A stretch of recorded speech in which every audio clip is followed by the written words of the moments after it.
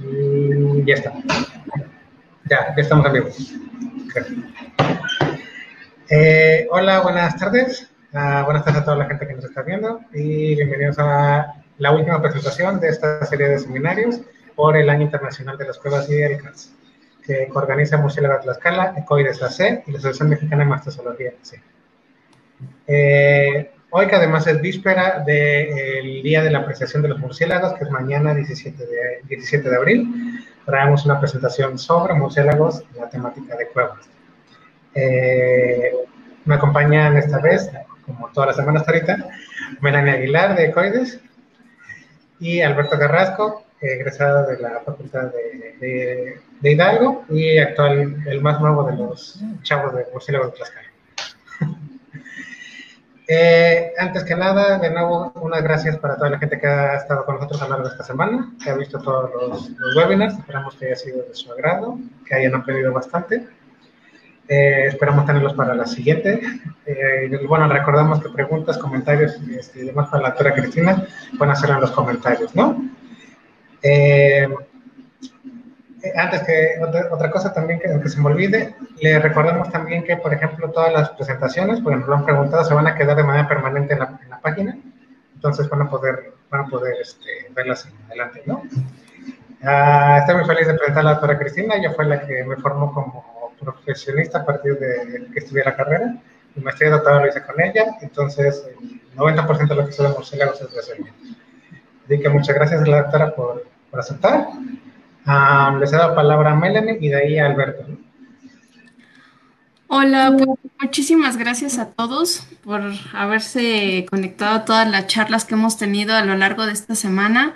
De parte de Ecoides AC les agradecemos tanto a los ponentes como a todos aquellos que se conectaron.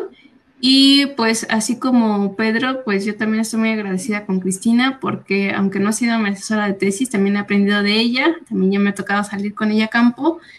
Y es un orgullo que esté con nosotros hoy para cerrar con broche de oro esta semana de webinars. Muchas gracias y pues Alberto.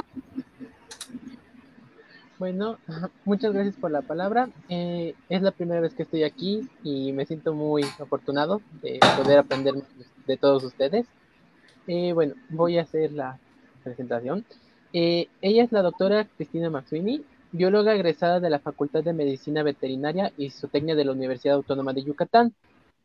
Cuenta con un diplomado en conservación y manejo de vida silvestre de vertebrados del Trópico de México.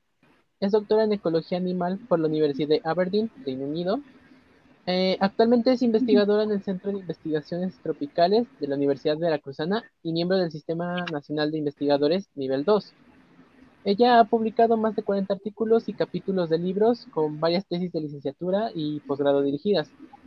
Es vicepresidenta de la Asociación Mexicana de Mastozoología. Sus líneas de investigación son la ecología de vertebrados, con especial interés en murciélagos y roedores, el estudio de la estructura de la comunidad, distribución y el uso de hábitats de especies de murciélagos en diversos ambientes tropicales, así como la descripción de los sonidos de ecolocalización de estas especies. Pues bueno, si les parece, entonces empezamos con la plática. La dejamos a usted, doctora. Muchísimas gracias, Pedro, Melanie, por esta presentación. Agradezco a ustedes por la organización, a los murciélagos de Tlaxcala, a la MAC y por supuesto a Ecoides por esta iniciativa súper buena. Ha sido una semana muy rica en aprender diferentes conocimientos de la fauna y de la gente que trabaja en el Carso yucateco principalmente, aunque también en otras regiones del país. Creo que todos hemos aprendido muchísimo de diferentes grupos biológicos esta semana y pues el día de hoy yo voy a cerrar con uno de los grupos biológicos que más pues quiero, que son los murciélagos, y me permito, bueno, presentar esta diapositiva. Aquí tenemos a una especie de insectívoro, Mimon cozumele, una foto tomada aquí en las afueras de Mérida por John Hall, de Mammal Watching, y pues ven qué hermosa fotografía de un murciélago precisamente en una cueva kárstica.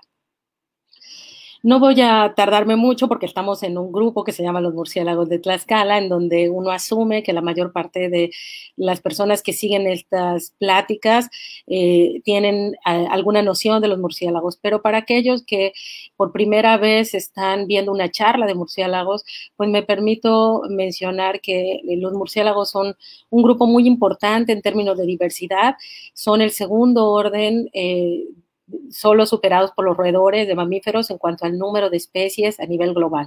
Cerca de 1.432 especies hasta ahora están registradas, lo cual los hace el segundo orden más diverso de mamíferos. Y una de las características más importantes es que tienen una enorme diversidad de hábitos alimenticios. Voy a tomarme la siguiente diapositiva para mencionar un poquito más de esto. Están distribuidos en todos los continentes, excepto en las zonas polares, pero podemos encontrar murciélagos prácticamente en todos los ecosistemas de la Tierra. Son súper diversos, súper abundantes, ¿no? Y también tienen una particularidad y es que pueden volar. Es el único grupo dentro de los mamíferos que puede realizar el vuelo. Hay otros mamíferos, por ejemplo, las ardillas voladoras, esas no pueden volar, ellas pueden planear, pero los murciélagos sí pueden mantener un vuelo y batir las alas para levantarse en vuelo, muchos de ellos, ¿no? La mayor parte. Tienen un enorme interés económico y en cuestiones de salud. El día de hoy, pues seguimos desde hace más de un año en una modalidad virtual en prácticamente todo el mundo, derivado de un mal manejo de los ambientes relacionados con los murciélagos, porque todo apunta a que el SARS-CoV-2 se originó en una especie de murciélago, pero un mal manejo del ser humano, de sus ambientes, ha puesto en contacto este virus con la población humana, ¿no? Probablemente con una especie intermedia, como se ha sugerido, pero muy probablemente el origen es el murciélago. Entonces tienen como podemos ver, un interés económico enorme, y ese es solo un lado, porque tiene obviamente el interés económico positivo de todas las plagas que controla, de todos los cultivos que poliniza, de las semillas que dispersa, etcétera. Entonces son un grupo sumamente interesante en este sentido. Y finalmente es un grupo, no es el único, que realiza la ecolocalización, es decir, este proceso por el cual los murciélagos emiten sonidos, emiten vocalizaciones, las cuales rebotan en objetos que les permiten a ellos ubicarse en los ambientes, encontrar sus presas y comunicarse con otros organismos, con otros murciélagos.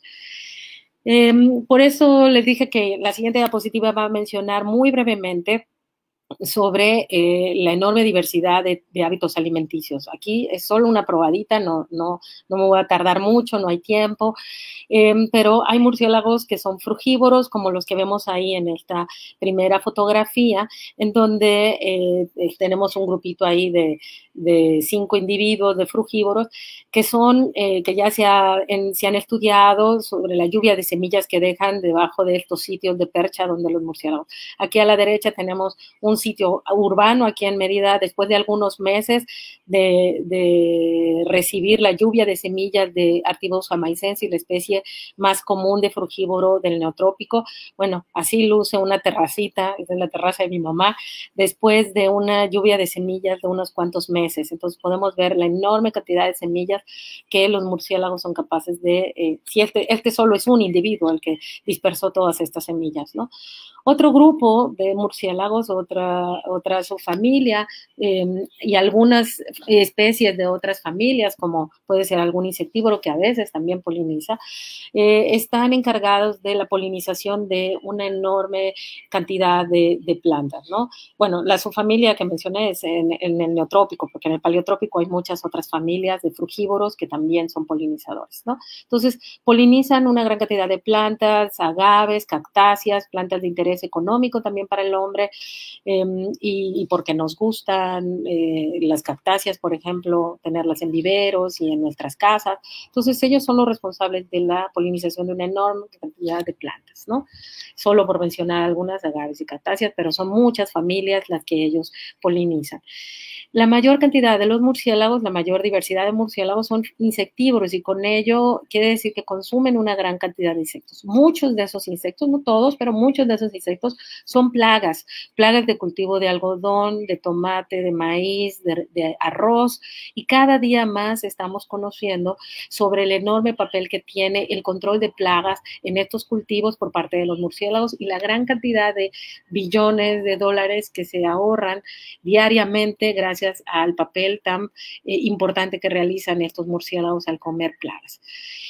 No voy a mencionar, pero hay muchos otros alimentos, se comen vertebrados, ranas, aves, ratones, culebras, un montón de pequeños vertebrados y de otros grupos biológicos son comidos por una enorme diversidad de murciélagos. Y ellos también son parte de las cadenas tróficas de una enorme cantidad de especies. Aquí solo ejemplifico con esta foto muy bonita del tetucán que estaba en las redes hace un par de años. Vemos qué hermosa foto del tetucán alimentándose de un frugívoro, ¿no? De aparentemente un murciélago del género Ativeus o algo así. Entonces, como podemos ver, pues bueno, el papel ecológico que tienen los murciélagos al realizar toda esta diversidad de hábitos alimenticios que tienen es enorme. Pero hoy nos ocupa hablar un poco de los murciélagos y las culturas mayas y los murciélagos que están en cuevas kársticas y también en cenotes, ¿no? Que finalmente los cenotes, como sabemos y ya hemos oído esta semana, fueron cuevas en algún momento, pero el techo de estas cuevas colapsó y se fue disolviendo de manera que, bueno, aparecían los cenotes. Y aquí en la península de Yucatán tenemos cenotes abiertos, cenotes semiabiertos y cenotes cerrados, ¿no? Entonces hoy voy a hablar un poco de estas cuevas, de los murciélagos que están en ellas y algunos murciélagos también en cenotes del karst yucateco de la península de Yucatán.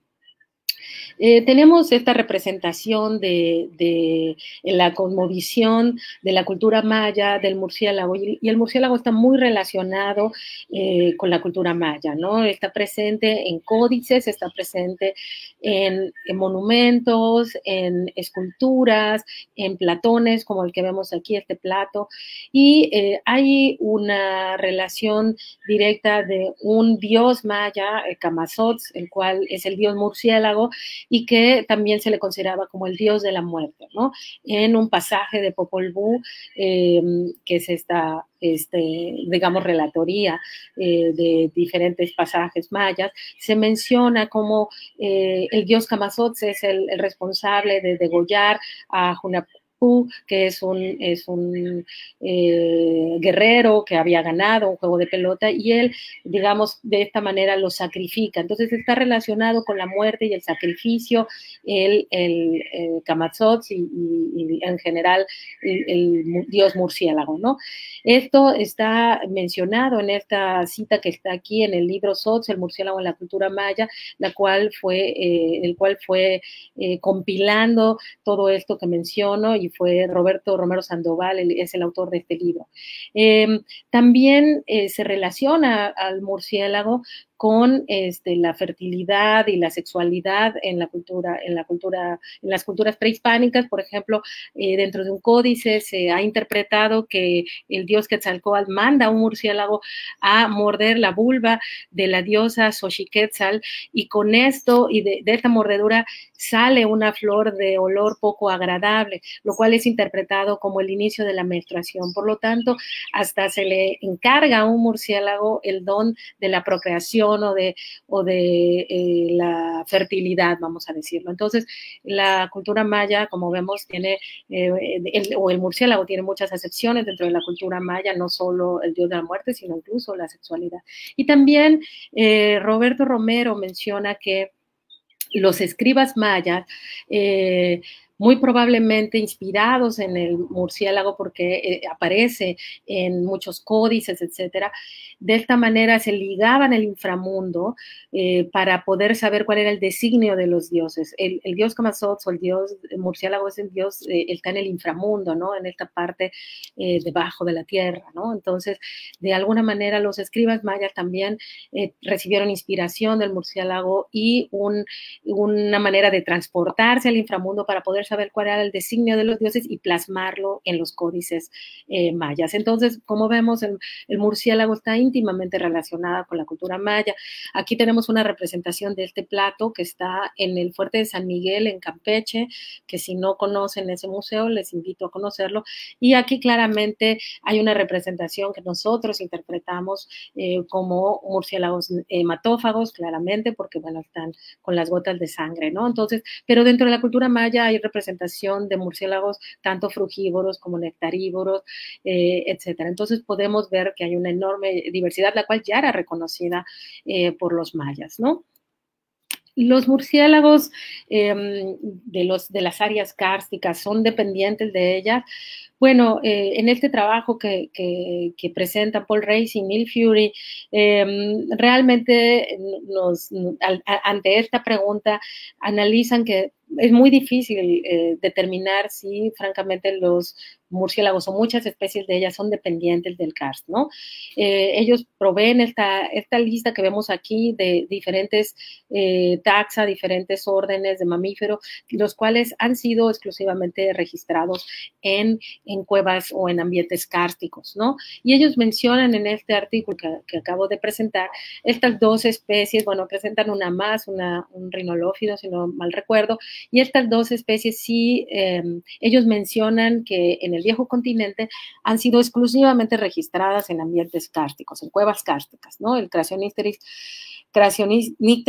tongloyai, que es una especie de murciélago muy pequeña, de hecho es la especie más pequeña del mundo, que tiene entre 2 o 2.5 gramos, y también presentan a la especie Iaio, que aunque aquí está parada como en un tronco, ellos, para la foto, ¿verdad? Ellos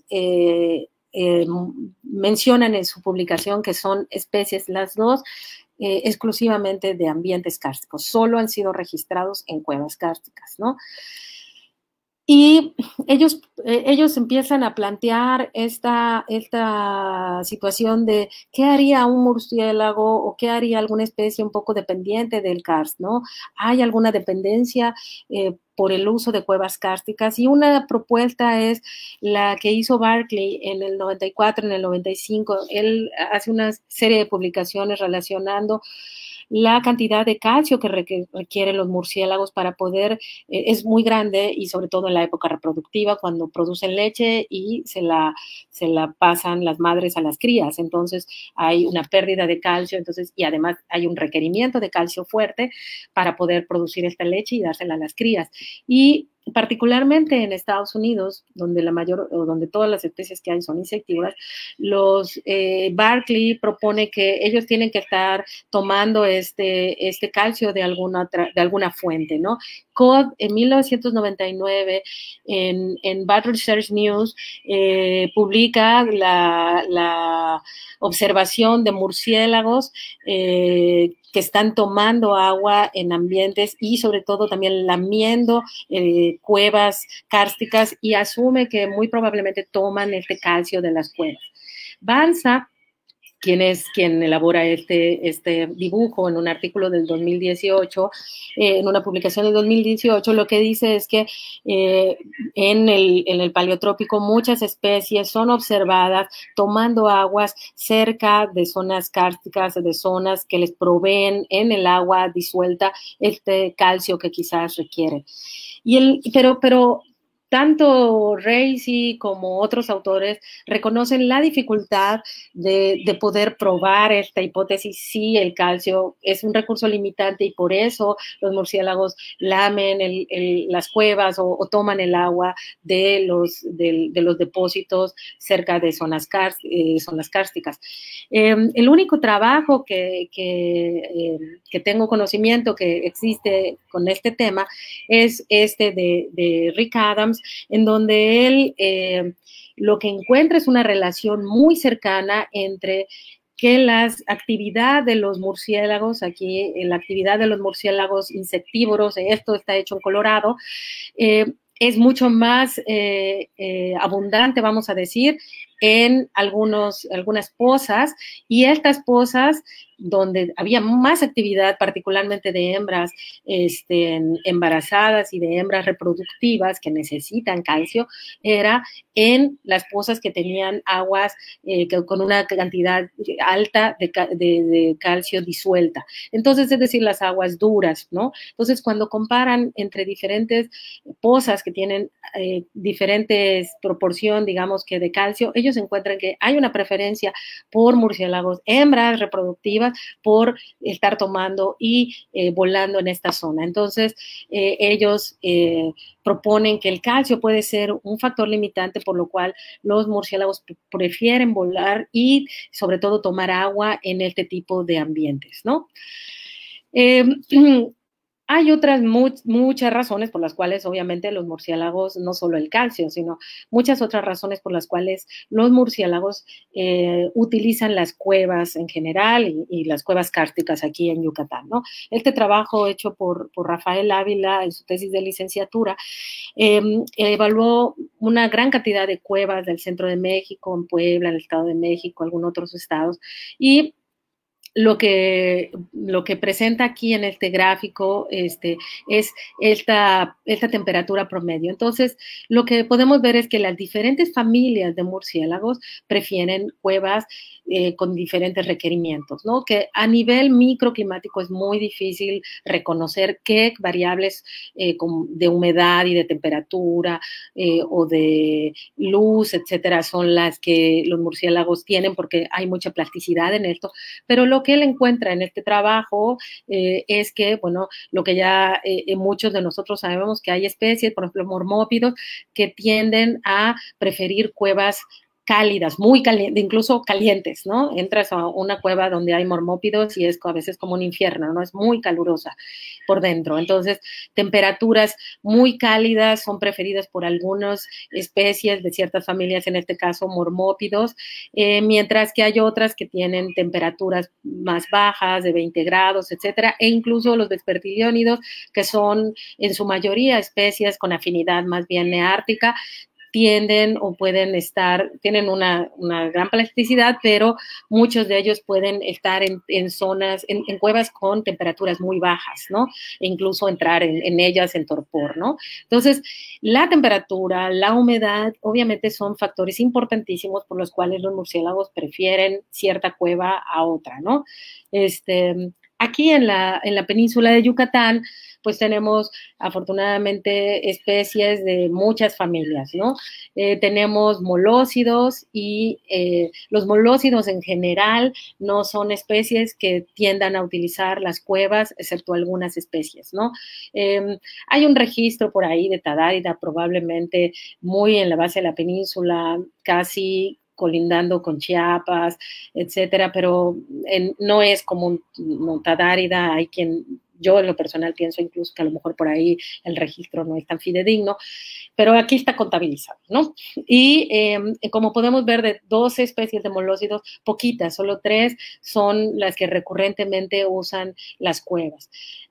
Tenemos en balonúridos 5 especies de balonúridos en la península de Yucatán y solo 2 de ellos utilizan los refugios. Sarcopteris no está contemplado en esta especie que sí utiliza, quienes son Peropteris macrotis y capleri, que tiene registros en Campeche, pero Sarcopteris bilineata, yo en lo personal sí he visto que en ocasiones, en el Veracruz, por ejemplo, en otras cuevas kársticas de Veracruz, utiliza la entrada de la cueva para perchar. No se mete a la cueva, pero muchas veces sí utilizan la entrada de cuevas. Entonces es posible que aquí en Yucatán también Sarcopteris bilineata pudiera utilizar la entrada de algunas cuevas, ¿no? Pero para este ejercicio no está contemplado. Pocos vespertiliónidos se tiene registro que utilicen en las cuevas. La mayor parte de ellos hasta ahora se ha visto que utilizan otro tipo de refugios como troncos de los árboles y muchos ni sabemos dónde perchan. Por eso hay 2 especies reconocidas hasta ahora como cavernícolas dentro de las especies de la península. El Natalus mexicanus, que está ahí abajo, es solo una especie la que tenemos de Natalus, y Natalus sí es una especie cavernícola ampliamente registrada en muchas cuevas aquí en Yucatán. Aquí tenemos los 5 mormópidos de que hay en México, los 5 tienen registro en la península de Yucatán y los 5 son cavernícolas. Son estas especies que tienen una preferencia por cuevas muy cálidas, muy calientes y que forman agregaciones de miles de individuos, ¿no? Y tenemos también una especie de Noctilio leporinus en la península de Yucatán y no tiene registro en el uso de cuevas aquí. Sin embargo, ya hay registros en Puerto Rico, por ejemplo, Noctilio leporinus utiliza cuevas e incluso se ha visto que depreda otros murciélagos cavernícolas dentro de esta cueva. Entonces, pues, es posible que también en alguna otra parte de la península, porque aunque voy a presentar ahorita algunos trabajos hechos en cuevas de Yucatán, falta mucho por conocer de las diferentes cuevas y sobre todo cuevas cercanas a la costa, que son las que podría estar utilizando Noctilio leporinus, ¿no? Dentro de la familia Philostomide, que es la familia más diversa, en el Neotrópico tenemos un registro de Diemus en Campeche. Diemus, bueno, fue capturado en Petenes, pero Diemus en el vecino estado de Tabasco sí utiliza las cuevas, ¿no? Y varias de ellas son de origen kárstico también. Entonces, muy probablemente si tiene ocurrencia aquí en México, en el estado de Campeche, como se sugiere, pues probablemente utilice también las cuevas, pero definitivamente Desmodus y Diphylla, los otros hematófagos, son especies cavernícolas, ¿no? Aunque también Desmodus utilice troncos de árboles, ¿no? Y pozos, etcétera, pero las cuevas es uno de sus hábitats favoritos. Entre las otras subfamilias, aquí tenemos varias de ellas utilizan, por ejemplo, los filostóminos, cerca de la mitad de las especies de filostóminos utilizan las cuevas como refugio principal. Otras, 2 de ellas que tienen registro en la península, utilizan termiteros y son, pues, obviamente mucho más difíciles de encontrar, ¿no?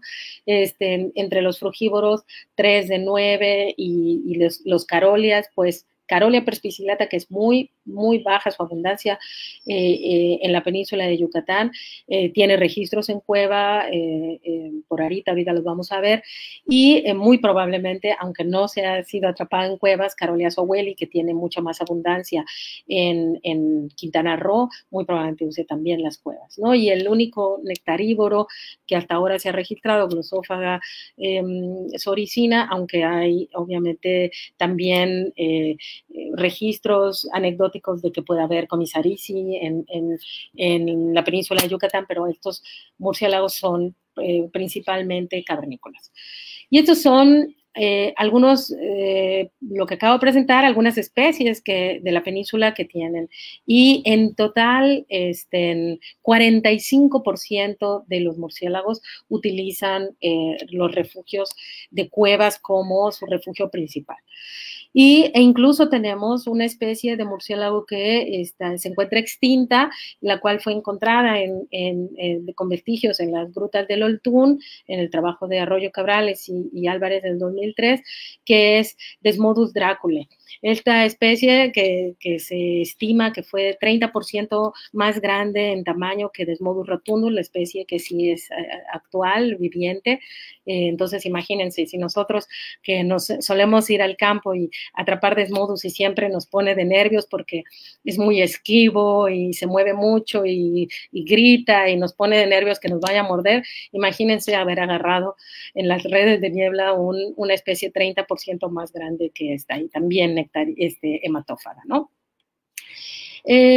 Uno de los investigadores que más ha abordado el trabajo de las cuevas particularmente en el estado de Yucatán, ha sido Héctor Arita, ¿no? En este trabajo con Jorge Vargas, que Jorge Vargas ha seguido trabajando muy extensamente en el volcán de los murciélagos y en algunas otras cuevas, particularmente en el estado de Campeche, hicieron este análisis hace varios años ya, vean, del 95, ya muchos años, en el cual, bueno, nos presentan ciertas afinidades de algunas especies que ellos encontraron en diferentes cuevas, en 36 cuevas del estado de Yucatán, ¿no? Entonces, aquí vemos que las especies, digamos que se pueden a veces agrupar con otras o hay más más preferencia la cueva que utilizan y que muchas veces está presente alguna otra especie. Por ejemplo, ahí en el trabajo que ellos hicieron,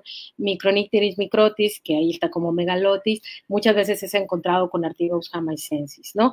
Mimon ahí lo encontró con Spicillata, pero ahora creo que sería muy interesante hacer un estudio más actual, con más cuevas, porque muchos de los colegas que platicamos sobre precisamente esta preferencia de ciertas cuevas, podemos identificar claramente algunas relaciones entre especies que no se reflejan, por ejemplo, en este trabajo. Este trabajo fue hecho en 36 cuevas, principalmente del sur del estado de Yucatán, pero en el norte y en el centro de Yucatán luego encontramos algunas cosas muy diferentes. Por ejemplo, en varias cuevas, Mimon es visto perchando con difila recurrentemente y con Micronicteris microtis, ¿no? Y eso lo hemos visto varios de nosotros cuando platicamos de las cuevas que hemos conocido y encontramos que hay esta recurrente presencia de especies compartiendo un refugio, ¿no? Entonces, sería muy interesante hacer este ejercicio con más cuevas y con cuevas no solo del sur de Yucatán, sino del centro, en los cenotes semicerrados del norte, que son muy comunes en el norte del estado, para poder determinar si esta relación se mantiene o se encuentran otras relaciones, ¿no? Este otro trabajo también de Héctor Arita, por allá de esos mismos años, nos habla de que las riquezas de especies en términos generales es baja, ¿no? La mayor cantidad de cuevas en Yucatán son cuevas que albergan una baja riqueza, pero tenemos algunas cuevas que son excepcionales. Aquí es Loltún, son las grutas de Loltún, que son muy extensas, que se encuentran cercanas a la zona arqueológica de Uxmal y que tienen una alta riqueza de especies. Cerca de 2 especies él ha registrado ahí en sus trabajos y algunas otras con diversidad o riqueza más bien intermedia, entre 7, 8 y 9 especies que son bastante ricas en especies, ¿no? Pero la mayor parte de las cuevas tienen una baja riqueza, entre 1 a 2 especies, ¿no? Y derivado de este análisis de las cuevas que él realizó, propone siguiendo un poco el trabajo de Gary McCracken del 89, él complementa con un semáforo amarillo, ¿no? Gary hablaba de semáforo rojo y semáforo verde para las cuevas, ¿no? Para el acceso a las cuevas en términos de la riqueza que albergan y la importancia que pueden tener las cuevas, ¿no? Entonces, Héctor Arita lo que hace es, pues, proveer incluso un intermedio, que sería el semáforo amarillo, que son cuevas que tienen una diversidad baja y una riqueza baja y de especies relativamente comunes y que no están tan accesibles, ¿no? al ser humano. Entonces, para esas que no están tan accesibles y que no representan un problema, se les puede dar el semáforo verde, es decir, pueden ser visitadas obviamente con cuidados, con todos los cuidados. Cuando hablo de cuidados, me refiero, una persona tiene que entrar con un cubrebocas, y ahora definitivamente obligatorio. Para quienes nos escuchan, muchas de estas cuevas, Loltún o Calquetoc, de las que voy a mencionar un poquito más adelante, tienen registros de histoplasmosis. La histoplasmosis es esta enfermedad que podemos adquirir por pisar el guano, no solo de murciélagos, sino en otras ocasiones también hasta de aves. El guano seco puede promover el crecimiento de un hongo, Histoplasma capsulatum, y las esporas de este hongo, cuando nosotros caminamos en estas cuevas, las levantamos con nuestros pies y las podemos inhalar y se van a los pulmones y causan una enfermedad llamada histoplasmosis, que es sumamente, en ocasiones, difícil de diagnosticar si la persona no tiene tan claro que fue una cueva y no lo dice al médico, y se puede confundir con con tuberculosis y entonces se da un medicamento no adecuado para el tratamiento y esto puede hacer que se empeore la capacidad pulmonar y lamentablemente algunas personas son muy susceptibles e incluso pueden morir de histoplasmosis. Entonces es muy importante que si alguien decide visitar las cuevas, que tome la responsabilidad que esto implica, ¿no? Que implica utilizar un cubrebocas porque esto puede conllevar pues una enfermedad, ¿no? Y dentro de este semáforo, pues aquellas cuevas que tienen una baja riqueza y que no tienen tanta accesibilidad a la gente, pues muchas veces pueden estar catalogadas como en verde, es decir, pueden ser pues visitadas con cuidado, ¿no? Pero aquellas que tienen una alta riqueza, como aquellas cuevas que tenían 7, 8, 9 especies, él las cataloga en rojo. Es decir, son especies que albergan una alta riqueza de especies y que si no se vigila y si no se controla el flujo de la gente, pueden tener un efecto negativo en las poblaciones de murciélagos. Hay cuevas, él propone dentro de este trabajo, como Loltún, que es muy rica en especies y que es visitada por una gran cantidad de gente.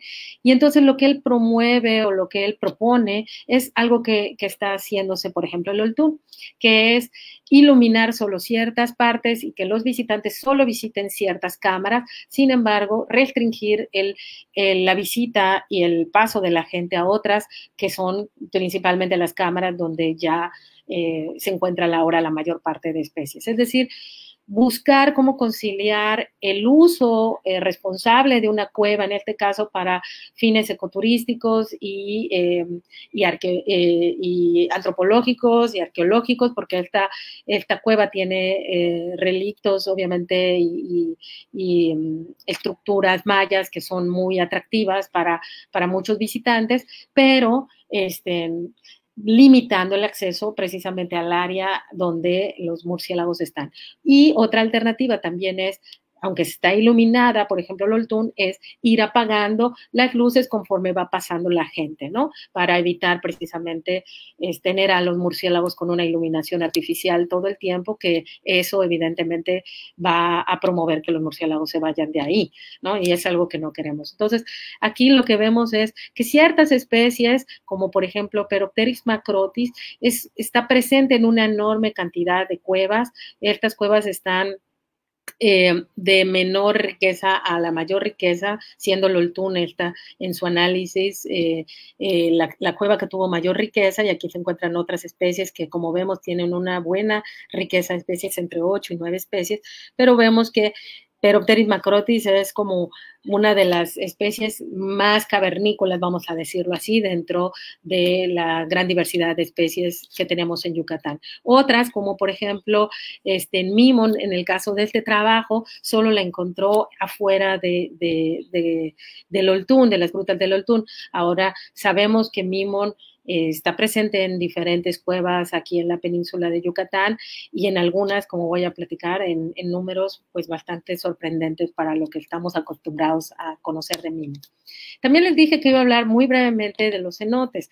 Estos trabajos pues los realicé hace varios años porque a pesar de que los cenotes pues son básicamente los únicos cuerpos de agua dulce que tenemos en la península nosotros, bueno, en la base de la península de Río, ya, pero aquí en la parte norte son los cenotes, los petenes, los cuerpos de agua dulce y que son sumamente importantes, pues sorprendentemente hay varios trabajos de inventarios o de capturas hechas en grutas o en la cercanía de cenotes, pero no había ningún trabajo dedicado a explorar un poco más sobre la enorme diversidad de murciélagos que había en estos cuerpos de agua. Este trabajo lo realicé hace varios años, entre el 2003 y 2005, el trabajo de campo, y lo hice en 8 sitios, ¿no? En sitios con cenote y sin cenote en la parte de pastizal y con y sin cenote en selvas conservadas del norte de Quintana Roo. Y pues ahí están las publicaciones, no voy a entrar en tanto detalle, pero la vegetación, una de las cosas más importantes a reconocer es que la vegetación que circunda estos cenotes es sumamente importante. ¿Por qué? Porque mantiene elementos, por ejemplo, una gran cantidad de especies de ficus y una gran cantidad de individuos de ficus, y ficus es sumamente importante. Ficus es, cuando vamos a un cenote, es muy común verlo que mete sus raíces a través de la roca calcárea y penetra hasta el cuerpo de agua, es decir, es un árbol que busca llegar al manto freático y, bueno, al agua, y toma de este líquido, obviamente, toda el agua que necesita, lo cual le permite tener una producción relativamente continua. Los ficus son asincrónicos, es decir, que en algunos momentos del año unos florecen y fructifican y otros no, pero al rato otro ya está teniendo frutos. Y esto es sumamente importante para los murciélagos, particularmente los frugívoros, los nectarívoros, que van y se alimentan de ficus de diferentes especies, yucatanensis, cotinifolia, etcétera. Entonces, y muchas otras especies también, especies de zapote, la misma ceiba, que es el árbol sagrado de los mayas, se encuentra alrededor de los cenotes, y esta vegetación es importantísima para brindar recurso alimenticio a los murciélagos, y eso promueve una enorme cantidad de murciélagos en los cenotes, ¿no? Se vuelven particularmente en un paisaje como el del oriente del estado de Yucatán, que tiene mucha afectación por la ganaderización, estos islotes o estas islas que se forman de vegetación y agua de los cenotes se vuelven como oasis, ¿no? Entonces son muy visitados, no solo por murciélagos, por muchas aves y mamíferos medianos, para tomar agua y para buscar alimento ahí de lo que comento. Entonces, en el paisaje modificado, los cenotes son sumamente importantes como atractivos para los murciélagos, ¿no? Y se vuelven también sitios que promueven la mayor abundancia, y en caso particular, por ejemplo, de los insectívoros, también son muy atractivos estos ambientes, tanto en selva como en un ambiente perturbado como los pastizales, para visitarlo y forrajear ahí. Y esto, bueno, lo publicamos en este artículo del 2009, que muestra cómo los murciélagos insectívoros prefieren estos ambientes y se alimentan principalmente en ellos de una gran cantidad de insectos, ¿no? Entonces, los cenotes que fueron alguna vez alguna caverna, alguna cueva, y que colapsó esta caverna, también son importantísimos para la diversidad de murciélagos. Y en general, estos trabajos que he presentado son que abordan generalidades, trabajos a nivel comunidad, pero en general conocemos muy poco de la biología específica de muchas especies que viven en las cuevas. Uno de los trabajos más completos en cuanto a comportamiento y relación entre individuos es hecho por Jorge Ortega y varios colaboradores. Hay varios artículos ahí mencionados en la parte de abajo. En todos estos van a encontrar estos aspectos que voy a mencionar. Y esta es una foto de parte de un pequeño grupito, 3 individuos de la población que Jorge estuvo monitoreando por varios años, por un par de años durante su doctorado, en donde pudo determinar cómo se integran digamos que las sociedades de murciélagos de Artibeus jamaicensis, la especie frugívora más común, ¿no? El murciélago frutero de Jamaica. Y lo que él logró ver después de muchos años de observación y de seguimiento de individuos con marcas fue que los murciélagos frugívoros forman harems, particularmente en la época reproductiva, es decir, un grupo de varias hembras dominadas o controladas, vamos a decir, por un macho, ¿no? El macho dominante.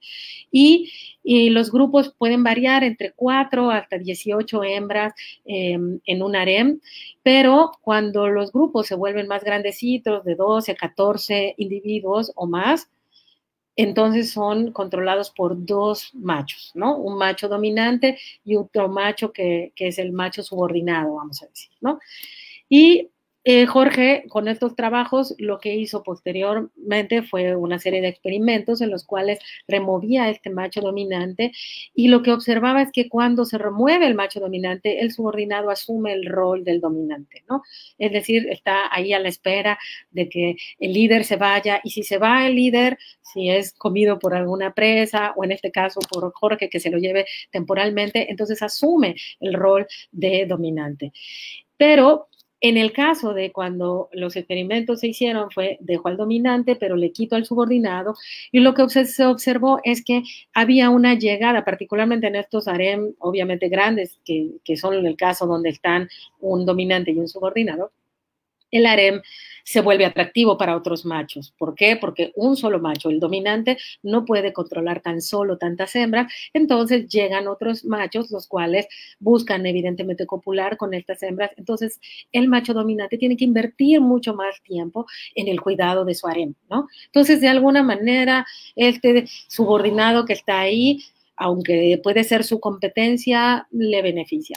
Y cuando Jorge analiza la paternidad de las crías de estas hembras que estaban en el harem, lo que encuentra es que varias de estas crías tienen también, digamos que, genes del subordinado, y lo que observa es que hay una relación de parentesco entre el macho dominante y el subordinado. Es decir, que puede ser que sea su hijo, ¿no? Y que por eso le permite también controlar el harem, porque de todas maneras son los propios genes del macho dominante personificados, digamos, en este subordinado los que van a perpetuar con estas hembras, ¿no? Y entonces las crías van a estar también relacionadas con el macho dominante. Entonces, y este es un ejemplo de un trabajo muy puntual de comportamiento, de parentesco, ¿no? Que se puede hacer. Y realmente conocemos muy poco. En la actualidad, bueno, ya solo para ya ir terminando, este trabajo de Mimon Cozumel lo estamos realizando ahorita. Es una especie, pues como decía Héctor, bueno, muy poco presente en cuevas. Bueno, la estamos encontrando en algunas formaciones de cuevas kársticas y también en cuevas donde lo que nosotros llamamos excavera, es decir, donde se excavó material, y hemos encontrado que en algunas de estas cuevas llega a formar agrupaciones muy grandes, de 60 o incluso más, cerca de 90 individuos, ¿no? Algo que antes no habíamos visto en Mimon Cozumel, que siempre que vamos al campo y si tenemos suerte nos llega a caer uno entre 1000 murciélagos o algo así, ¿no? O sea, es una especie muy, muy baja en abundancia cuando la rediamos. Sin embargo, hay algunos refugios que nos están mostrando que puede ser abundante y, bueno, estamos en proceso de conocer un poquito más sobre el tamaño de sus grupos y algunas actividades de su comportamiento, ¿no? Este es un trabajo que estamos realizando con un estudiante ahí del CITRO. Los murciélagos en las cuevas también tienen interacciones con muchos otros grupos, ¿no? Tienen depredadores. No lo tenemos aquí afortunadamente en la península de Yucatán porque seguramente verlo en acción debe dar algo de miedito. Es una escolopendra que se alimenta de murciélagos en el momento de la emergencia. Esta está en Centro, Sudamérica, en Brasil, en la Amazonia y en algunos otros países, creo que también está en Puerto Rico, y espera a los murciélagos cuando emergen para poderlos depredar. En cuevas también se han reportado anfibios, en ocasiones depredando murciélagos, y aquí tenemos, ya de una vez voy a adelantarme porque luego venía la diapositiva, pero aquí tenemos en la península de Yucatán, en el estado de Quintana Roo, esta cueva, la cueva de las serpientes colgantes en Cantemó, que es un espectáculo diario en el cual tenemos estas culebras que esperan a la salida, a la emergencia de los murciélagos. Ahí en esta cueva hay mormópidos, hay Pteronotus dagi, ahora fulbus, hay parnelli o mesoamericanus, hay mormos, hay natalus, hay jamaicensis. Y las culebras esperan al momento de la emergencia y cuando los murciélagos están pasando cerca de donde ellas quedan colgadas, como vemos ahí, los atrapan, ¿no? Sin embargo, es importante mencionar que el hecho de que los murciélagos utilicen estos refugios y se agrupen en muchas ocasiones en grandes cantidades de miles de individuos puede representar algunos riesgos para ellos, ¿no? No solo por los depredadores que acabo de mencionar, eso es lo mínimo, sino por el ser humano, ¿no? Hemos tenido noticias en este año pasado de algunos ataques del ser humano a refugios de murciélagos, a cuevas, por este temor mal infundado de que los murciélagos en las cuevas pueden transmitir el COVID en diferentes países, ¿no? En Perú, en Cuba, etcétera. Entonces, esto representa para ellos un peligro, ¿no? Tenemos que estar conscientes que esto no va a suceder, que los murciélagos que tenemos aquí no nos van a contagiar de COVID y que no tenemos que irnos a meter nosotros a sus ambientes sin precaución y que si tenemos que manipularlos, pues hay lineamientos, ¿no? Hay cubrebocas, hay el uso de guantes y ahorita en la medida de lo posible, pues evitar manipularlos. Pero si los tenemos que manipular, sigamos los lineamientos propuestos, ¿no? Otro de los grandes peligros es la contaminación y de diferentes formas, ¿no? Hay una gran cantidad de desechos que la gente tira cada vez que va a algún cenote a visitar. Eso es muy común verlo cuando vamos a visitar cenotes, que la gente en los fines de semana particularmente va y hace picnic y visita, pero deja también grandes cantidades de basura, ¿no? Recientemente en el cenote Chenja, aquí por Chocholá, fue reportada la presencia de decenas o cientos más bien de medidores de energía. Entonces imagínense toda esa serie de metales ahí y aleaciones disolviéndose, oxidándose y contaminando las aguas del cenote, ¿no? Entonces, y cenote en el que va la gente, se baña, en la que hay fauna, en la que los animales toman agua, etcétera. Entonces, eso es un peligro. Otro de los grandes temas a abordar también aquí en Yucatán es que nos encanta la cochinita pibil, nos encanta comer carne de cerdo y pues la población yucateca ha crecido mucho y la demanda por cerdo sigue. Entonces, tenemos una gran cantidad de granjas, de ganado y de cerdo, sobre todo, que muchas veces se ha denunciado que no tienen un apropiado manejo de los desechos y que muchas de estas aguas y con el excremento de los cerdos se lixivia y se va a los cenotes. Entonces tenemos que cuidar mucho este aspecto y que las autoridades vigilen que todas estas formas de estas granjas pues tengan todos o cubran todos los lineamientos que tienen que cubrir. Este es Loltún y muestra aquí la iluminación, ¿no? Yo lo que quiero enfatizar con eso es que la energía luminosa artificial que nosotros le damos a alguna cueva que queramos explorar, pues puede ser buena, pero hay que tener mucho cuidado de no sobresaturar de luz a las cuevas donde viven los murciélagos, porque aunque es deseable que sean visitadas por el ser humano y fomentar el turismo, la activación económica, etcétera, hay que cuidar mucho que estos murciélagos no se vean afectados por esto e ir poniendo las luces lo más tenue posible, ir cortando conforme la gente va pasando la luz para no perturbar en la medida de lo posible a los murciélagos, ¿no? Y en los últimos meses tuvimos en Yucatán una precipitación, tuvimos tormentas tropicales muy fuertes el año pasado y eso también provocó cosas como la que se ven en estas figuras, que son que obviamente el nivel del agua se incrementara enormemente en la mayor parte de los cenotes, se inundaron diferentes colonias, como bien sabemos muchos de nosotros aquí en Yucatán y representó pues daños a la salud, algunos muertos, etcétera, lamentablemente, y esto ocasionó que muchas de las cuevas que ocupan los murciélagos fueran inundadas. Entonces los murciélagos tuvieron que irse a diferentes estructuras humanas como palapas, casas, refugios en las escuelas, etcétera. Y eso ocasionó que en muchas ocasiones la gente les tuviera miedo, los quisiera ahuyentar de una manera negativa, dañándolos, matándolos, etcétera. Entonces hay que cuidar también mucho esto con las autoridades porque esto puede seguir ocurriendo, ¿no? Que las lluvias, que los huracanes suban el nivel del agua tanto que no le permitan a los murciélagos ocupar sus refugios de manera natural. Entonces hay que vigilar mucho que esto no represente un peligro para ellos. Solo para terminar, pues vamos a terminar más positivamente, ¿no? Y es diciendo que en la península de Yucatán tenemos una gran cantidad de sitios que merecen la pena ser visitados porque tienen una buena diversidad de murciélagos.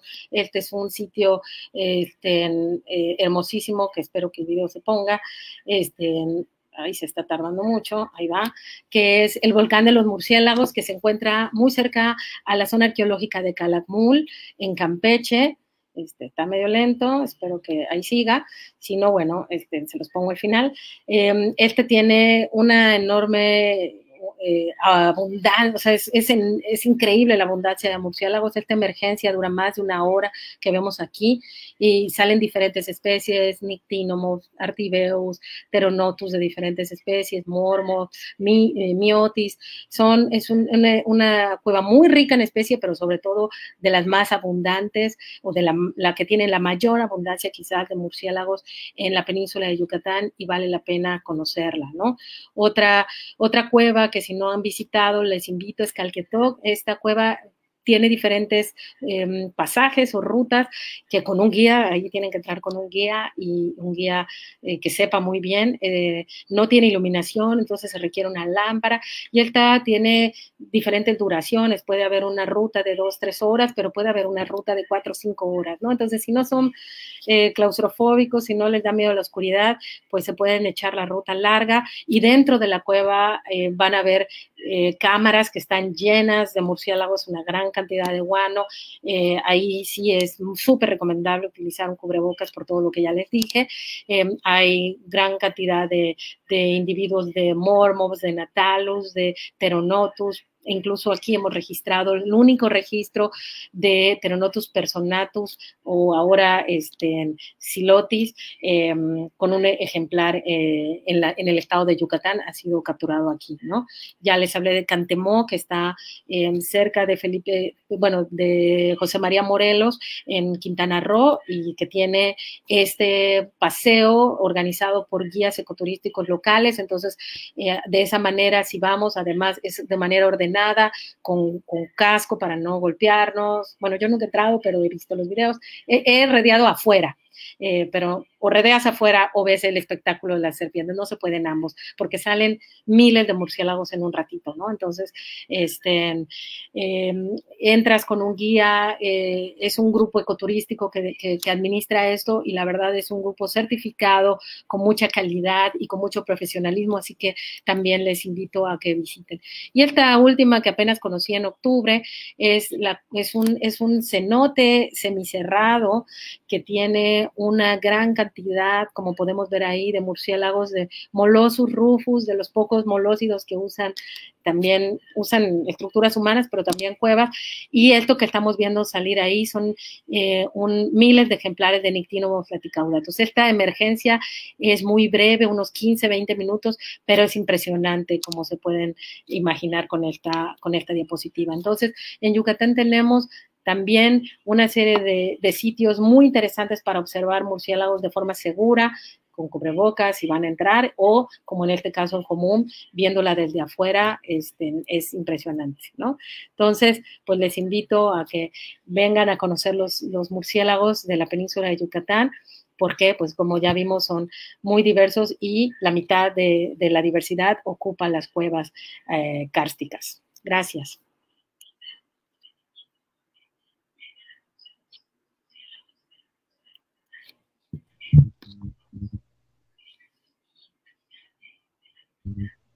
¿Me escuchan? Sí. Sí, por supuesto. Gracias, Alberto. Bueno, me parece que vamos a pasar con algunas de las preguntas que dejaron en los comentarios. Sí. La primera es de Chris Bart Gali. Dice, doctora, ¿se conocen cuevas exclusivas para el establecimiento de colonias maternales? ¿Y qué tan válido es hablar de preferencia de temperatura y humedad para toda una familia con pocas especies? Bueno, definitivamente, como mencioné, bueno, lo que que presenté del trabajo de Rafa es una generalidad. No podemos, obviamente, asignarle una temperatura a cierta familia. Sabemos de los mormópidos que prefieren las cuevas muy cálidas, eso sí, en todas las especies de mormópidos sucede esto, entonces con esa familia sí podríamos tener esa generalidad, pero en otras especies de como los vespertiliónidos, donde tenemos un amplio rango de algunas especies que están en ambientes tropicales, mientras que otras son más de afinidad neártica, pues no podríamos obviamente llegar a esa conclusión. Por eso vemos que la variación de esta temperatura es muy, muy amplia en la familia vespertiliónido. Entonces, y no es tan sencillo el asignar microclimas a todas las especies, ¿no? O a las especies en particular. Lo que tenemos es una generalidad. Y la primera pregunta es sobre las colonias maternales. Pues aquí en la península de Yucatán, como tal, maternidades yo nunca he visto.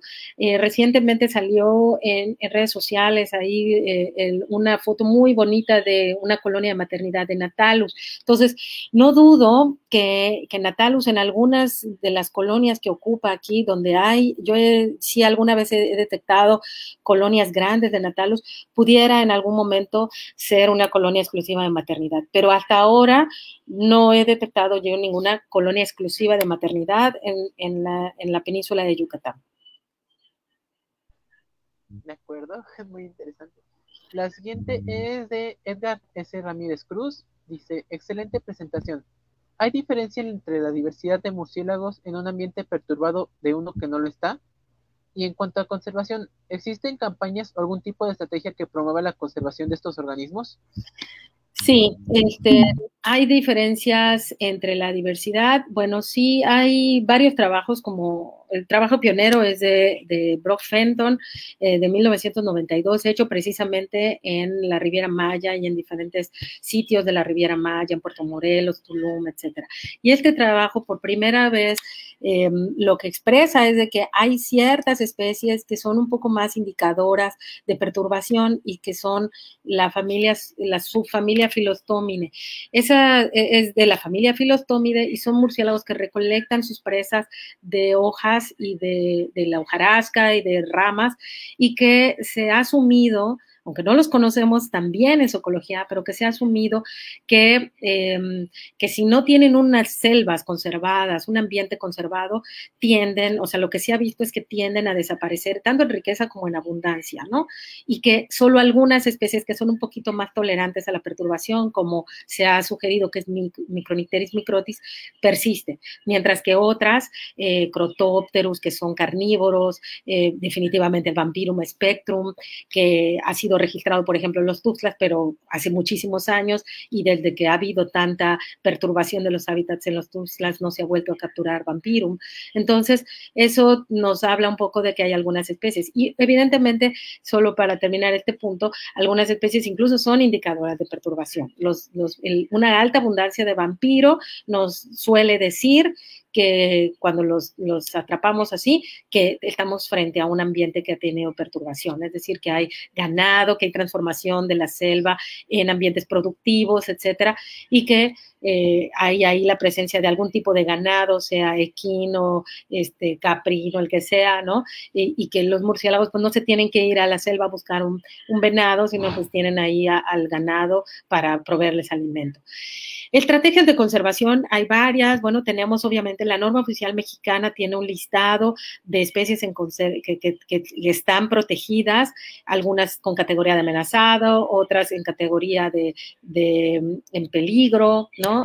Dependerá obviamente de la especie y de la circunstancia.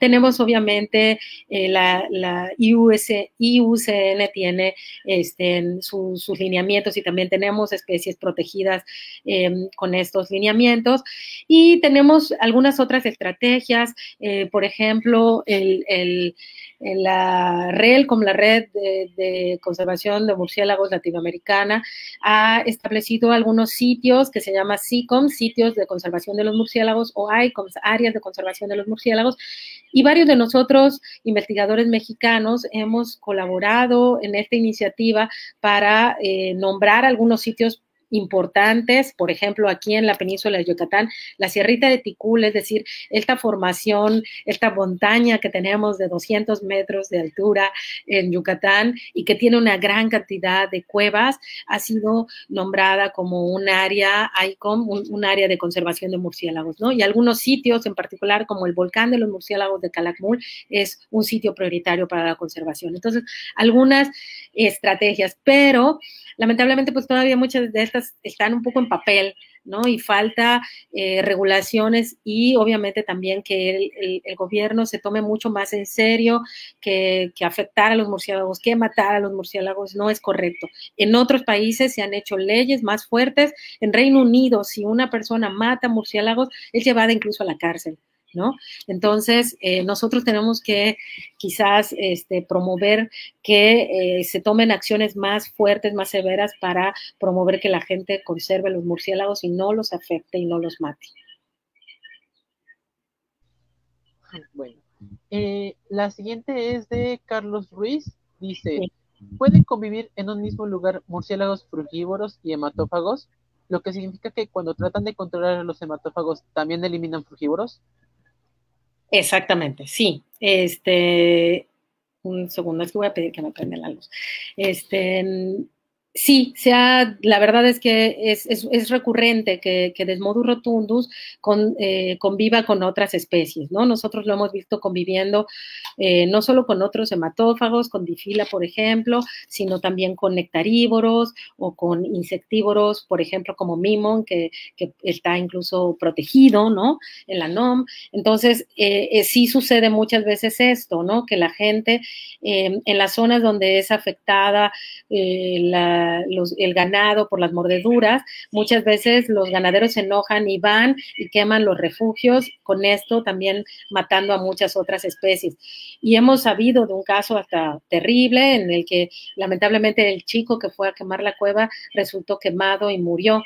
Entonces, ¿por qué? Porque también las cuevas pueden tener gases derivados de las heces, la orina, etcétera. Entonces, no hay que tomar estas medidas. Hay que promover que la gente también entienda que hay que hacer un manejo más adecuado del ganado para no dejarlo libre, que pastoree en medio de la selva, donde muchas veces es más probable que sea mordido, ¿no? Que los mantenga en encierro y que también pues se lleven a cabo campañas un poquito más seguidas si se tiene que controlar un poco la población de vampiros, pero ya se ha visto incluso que el control con vampiricidas tampoco es tan efectivo. Entonces, realmente creo que lo que tiene que haber es mucho más trabajos con relación a cómo manejar el ganado para que no se exponga a las mordeduras de los vampiros, ¿no? Y esa es responsabilidad de los ganaderos. Bueno, con esto ya pasamos a otras preguntas más generales. La primera sería, ¿cuántas especies hay en la península? Bueno, también como en todo, que va variando, ha habido números que dicen 69, 70, 71, porque hay algunas especies que tienen registro en la península, pero que muy probablemente no, o sea, sean errores, ¿no? Esto pasa a la hora de hacer inventarios. Una de ellas, por ejemplo, es Corynorhinus mexicanus, la cual pues tiene un registro aquí en una cueva cerca, o en un cenote cerca, bueno, no, a media hora de Mérida, pero todo parece indicar que fue un error en el etiquetado del ejemplar, y el ejemplar está depositado en el American Museum of Natural History y tiene la etiqueta de que fue colectado en Yucatán, pero todo parece indicar que a la hora del envío por ahí digamos que se traspapeló, y en realidad ese organismo muy probablemente sea de Morelos. Entonces hay errores, ya hay ejemplares que solo han sido capturados unas pocas veces y que no se tiene la certeza completa, pero hay vamos a decirle 69, 70, 71 especies registradas, ¿no? Hay quien dice 67, entonces todo depende del autor y si toma en cuenta algunas de estas especies o no. Claro. La siguiente es, ¿sabes si todas las culturas de México adoraban a los murciélagos? Bueno, sí sé que varias culturas de México tienen representación de murciélagos, ¿no? La cultura totonaca tiene, la olmeca tiene, la azteca tiene. Entonces, ¿cuál era su relación? En términos generales, yo creo que sí era de considerarlas como seres entre el inframundo y dioses. Entonces, los museos y la representación que se tiene de los murciélagos de diferentes culturas indígenas nos sugiere que sí había una relación muy cercana de esa cultura con la deidad murciélago, ¿no? Esto es también de los comentarios, dice Sí. Elisa Blanchet, dice, gracias por compartir su amplio conocimiento, excelente ponencia. ¿Se tienen Gracias. registros estadísticos de la especie Mimón cozumele, de las crías que nacen y su mortandad? Análisis estadísticos, no. Sí se tienen anecdóticos de cuando hembras preñadas, etcétera, diferentes capturas. Yo misma he capturado aquí cuando he tenido la suerte que me caiga, sí. Pero lo que sí queremos, ahorita justo en las semanas anteriores era el periodo reproductivo de Mimón, ¿no? Están las hembras preñadas muy tempranamente, entonces se espera que estas estas crías nazcan por ahí de fines de mayo, junio.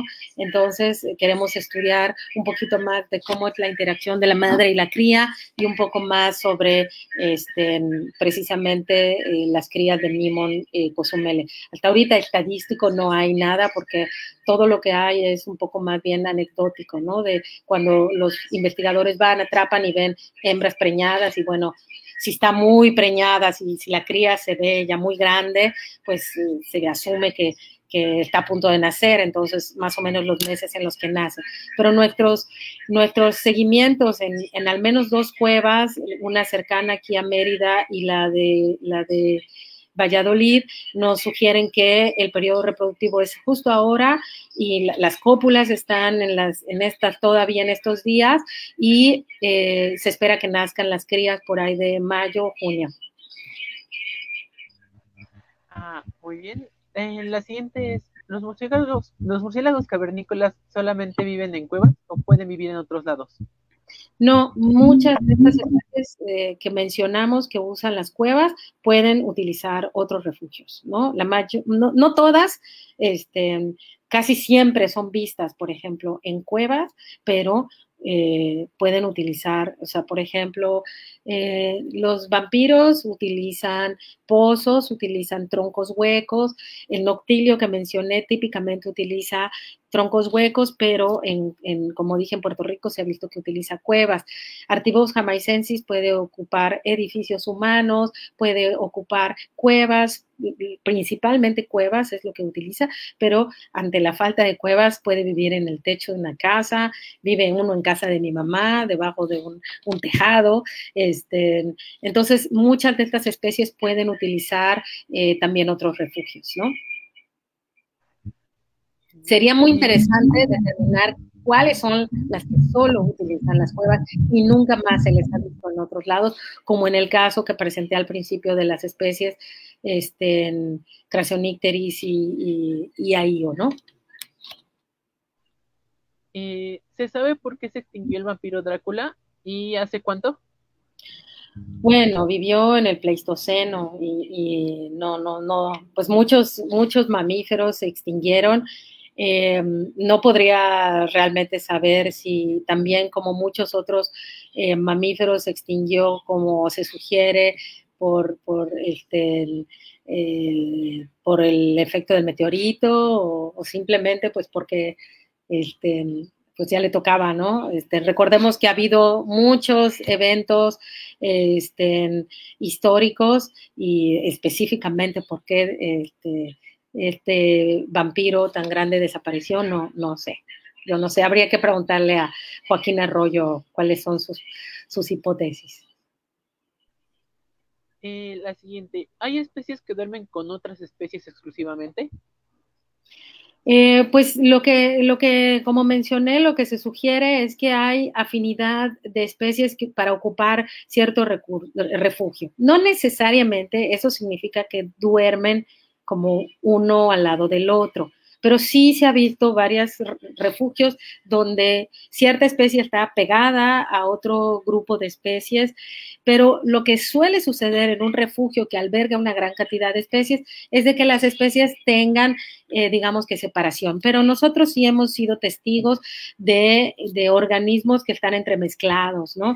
Dentro de la cueva que mencioné de Mimon, incluso muchas veces dentro del grupo de Mimon que hemos grabado, se ve un individuo de difila, no los ataca ni nada, simplemente está ahí al lado de ellos. No lo hemos visto dormir al lado de un mimón, pero lo que voy es que dentro de una misma configuración de individuos de una especie, muchas veces podemos encontrar otros perchados justo al lado, ¿no? Pero la tendencia es de que dentro de un refugio las especies ocupen su espacio, ¿no? Ok. Dice, ¿alguien ha actualizado los semáforos de cuevas o no los han cambiado? No, hasta ahorita no ha habido, hasta mi conocimiento, ningún otro trabajo que sugiera alguna modificación, ¿no? De hecho, poco hay sobre conservación como tal de Mursis en los últimos años, ¿no? O sea, son, como me refiero a alineamientos y a acciones en específico, ¿no? Hay mucho trabajo de investigación que es la base para poder tener estos lineamientos, ¿no? Pero, o sea, como mencioné, hay regulaciones como derivadas, por ejemplo, de COVID, donde obviamente esas regulaciones son tendientes a buscar la conservación de los murciélagos, ¿no? Que es en su momento evitar, cuando estaba al inicio de la pandemia, evitar manipulación de mamíferos, viendo que había habido algunos, como en zoológicos, que se habían contagiado de COVID, o gatos domésticos, etcétera, o felinos, entonces evitar el contacto, ¿no? Y esas acciones, pues muy en específico derivadas de recomendaciones de Bat Conservation International, de la IUCN, lo que buscan es la conservación de los murciélagos, ¿no? Entonces, pero que yo sepa, no ha habido alguna otra con relación al semáforo, ni tantas implementaciones en el país como desearíamos, ¿no? Y bueno, para finalizar sería, ¿cómo puedo protegerme del guano también en los cenotes? Bueno, del guano, como mencioné, la mejor protección es usar una mascarilla cuando se entra a una cueva. El guano es un recurso que es muy bueno para fertilizar plantas, para fertilizar cultivos, ¿no? Incluso, pues se sugiere, bueno, hay trabajos muy interesantes que se están llevando a cabo, por ejemplo, con el grupo de Gloriana Chaverri, tratando de investigar qué pasa en estas cuevas que tienen inundaciones, que tienen cuerpos de agua y que fluye el agua y que puede estarse obviamente llevando el guano, ¿no? Y de qué manera este guano puede tener un efecto fertilizante en las plantas que están, por ejemplo, en la ribera de ese río cercano a la cueva, ¿no? Entonces, nosotros todavía no terminamos de conocer la gran importancia que tiene, por ejemplo, el guano, pero ya hay algunos trabajos que muestran que es un excelente fertilizante y en muchos lugares se extrae para poder ser vendido, ¿no? En pequeños saquitos o incluso diluido como líquido para echar a las plantas. Entonces, si alguien elabora esta pregunta con el fin de colectarlo, pues bueno, tiene que guardar mucha precaución utilizando un respirador de partículas finas, porque el guano tiene, pues, digamos que la espora muy pequeña, entonces ponerse un paliacate o algo así como muy rudimentario puede no ayudar. Tendría que ser de preferencia una mascarilla N95, que en la actualidad pues ya es más fácil conseguir, o un respirador de estos ya más profesionales que tienen filtros especiales para partículas muy finas, para evitar que la espora de este hongo penetre en los pulmones, ¿no? Bueno, bueno, le agradezco sus respuestas y pues esas eran todas las preguntas. Muchísimas gracias, Alberto. Hola, doctora Cristina, ¿nos escucha? Sí, claro que sí. Hola, muchas gracias. Estuvo bastante entretenido, interesante, hubo muchas preguntas, mucha gente, así que creo que fue bien. Pues muchas gracias a ustedes por la organización de esta semana. Ha sido muy, muy, muy enriquecedora y no dejo de celebrar la iniciativa que tienen para fomentar el conocimiento y divulgar sobre diferentes grupos biológicos, y en esta semana no solo sobre grupos biológicos, sino el hogar de esos grupos biológicos como son las cuevas, particularmente con más énfasis se habló mucho de Yucatán, pero bueno, también se habló de Chiapas y de Guerrero y de muchos otros sitios que son sumamente atractivos, importantes y que deben de conservarse, porque solo así se conserva pues la enorme biodiversidad que tiene, ¿no? Muchísimas gracias a ustedes por esta iniciativa, por la organización tan buena que han tenido, y pues les felicito porque creo que ha sido un evento muy, muy productivo y exitoso. Muchas gracias. Bueno, para ya finalizar, le doy la palabra a mi compañera Melanie, si quieres comentar algo antes de terminar el en vivo. Pues no, nada más tenía una pregunta con respecto a las granjas porcinas. Sí. ¿Si han hecho ya algún trabajo evaluando este efecto que tienen pues el excremento de los cerdos en relación a la conservación de los cenotes? Bueno, hay todo un grupo que trabaja precisamente karst y cuevas y el suelo, etcétera. Ellos tienen incluso una página en Facebook y ellos han estado muy activos con muchas agrupaciones también de la organización civil, pues, o sea, organizadas de forma civil, porque ha habido mucha resistencia y al establecimiento de nuevas granjas, ¿no? Pues es parte de la cultura yucateca el comer grandes cantidades de cerdo, ¿no? Los domingos es casi impensable que la gente no coma cochinita pibil, y tú lo ves cada domingo, la gente sale tempranito, 7, 8 de la mañana por su cochinita. Entonces, y muchos de los guisos, pues obviamente tienen como base el cerdo. Entonces, ha habido un incremento enorme de la población que se ha establecido en Yucatán y que consume carne y que esto tiene una demanda muy fuerte en el mercado, ¿no? Entonces, eso ha llevado a que muchas otras granjas se quieran establecer y ha habido mucha resistencia, particularmente de poblaciones en la zona de anillos de cenotes, para que no se establezcan y para que se regulen. Puedo averiguar con gente de esta agrupación sobre si ya hay alguna publicación formal que evalúe de qué manera se está viendo afectada la calidad del agua en los cenotes cercanos, precisamente es como la zona del anillo de cenotes, ¿no? Uh-huh. Entonces, es ahí donde ha habido también el establecimiento de muchas granjas, o donde ya hay muchas establecidas. Entonces, ahí es donde ha habido mucha resistencia, porque los cenotes también, como te podrás imaginar, son un atractivo turístico muy importante. Entonces, cuidar la calidad del agua, porque además tomamos el agua que viene del manto freático, ¿no? Entonces, es prioridad que la calidad del agua se mantenga. Ha ido cambiando porque hace muchos años se tomaba el agua muy cercano a la tierra. Ahora ya se tiene que hacer los pozos profundos a 18 metros para tener más calidad de agua. Entonces, eso te dice que la calidad de todas estas granjas, de la basura, de los desechos de los humanos, etcétera, sí tienen un efecto en la calidad del agua. Entonces, ahora se busca que cuando la gente quiere tomar agua, haga su pozo más profundo, y que si acaso quieres regar, bueno, entonces tomes el agua de los 8 metros porque no está tan peligrosa. Pero un trabajo como tal lo puedo averiguar y hacértelo llegar sin ningún problema. Muchas gracias. De nada. Pues creo que por mi parte, bueno, de parte de COIDES, es agradecerle de nueva cuenta a todos, tanto a todos los doctores que nos estuvieron apoyando a lo largo de esta semana de webinars, y a todos los asistentes que muchos sí estuvieron viendo todas las charlas.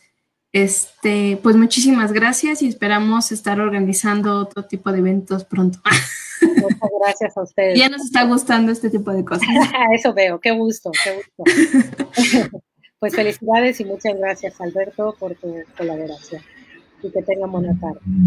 Gracias a usted por la plática. Nos estamos viendo y gracias a todos. Hasta luego. Adiós. Adiós. Muchas gracias.